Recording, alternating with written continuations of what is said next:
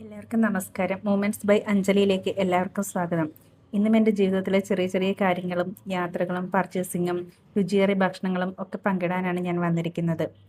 രാവിലെ തന്നെ കാപ്പൂടിയൊക്കെ കഴിഞ്ഞപ്പോൾ തൊടുപുഴയ്ക്ക് പോകേണ്ട ആവശ്യമുണ്ടായിരുന്നു കേട്ടോ. പിന്നെ ഞാൻ വേഗം കുളിച്ച് റെഡിയായി തൊടുപുഴയ്ക്ക് പോയി. ആദ്യം തന്നെ പോയത് സീമാസിലേക്കായിരുന്നേ.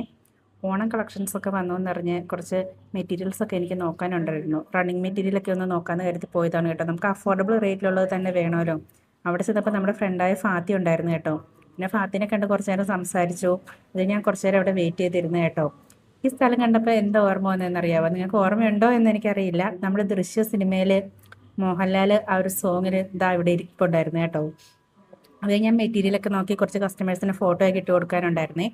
പിന്നെ അവിടുന്ന് നേരെ പോകുന്നത് AR റെസ്റ്റോറൻറ്റിലേക്കായിരുന്നേ. പുറത്തിറങ്ങിയ ഒരു ചായ നമ്മുടെ പതിവാണല്ലോ. ഒരു ചായയും കുടിച്ച് ഞാനൊരു ഉഴുന്നുവടയും കഴിച്ചേ.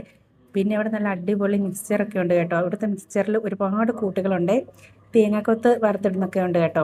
പിന്നെ അതൊക്കെ കുറച്ച് വാങ്ങി അവിടുന്ന് പിന്നെ നേരെ പോയത് മീൻ മേടിക്കണമായിരുന്നേ. ഞാൻ നേരെ നീരാളിയിലാണ് കേട്ടോ പോയത്. അവിടെ പോയിട്ട് ഇച്ചിരി മത്തി മേടിച്ചേ. ഞങ്ങളുടെ നാട്ടിലെ മത്തി എന്നാണ് കേട്ടോ പറയുന്നത്, ചില സ്ഥലത്ത് ചാള എന്നാണ്. അത് കഴിഞ്ഞിട്ട് എനിക്ക് നേരെ അജ്മൽ ബിസ്മിയിലും പോകണമായിരുന്നേ. വീട്ടിലേക്ക് കുറച്ച് സാധനങ്ങൾ മേടിക്കാനുണ്ടായിരുന്നു. പിന്നെ അവിടെ നിന്ന് നേരെ ഞാൻ പോയത് അജ്മൽ ബിസ്മിയിലേക്കാണ്.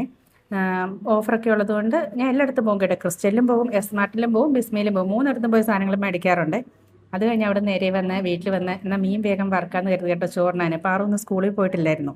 എന്നാൽ പിന്നെ ഉച്ചയ്ക്ക് ഒരുമിച്ച് അങ്ങ് ചോറ് കഴിക്കാമല്ലോ എന്ന് ഓർത്ത് വേഗം തന്നെ ഞാൻ മീനങ്ങ് വറുത്ത് കേട്ടോ. പിന്നെ ഞങ്ങൾ ഇച്ചിരി വെണ്ടയ്ക്ക മെഴുക്ക് വരട്ടിയും മീൻ കറിയും മീൻ വറുത്തൊക്കെ കൂട്ടി ചോറുണ്ടോ. അപ്പോൾ ഇത്രയൊക്കെ ഉള്ളൂ.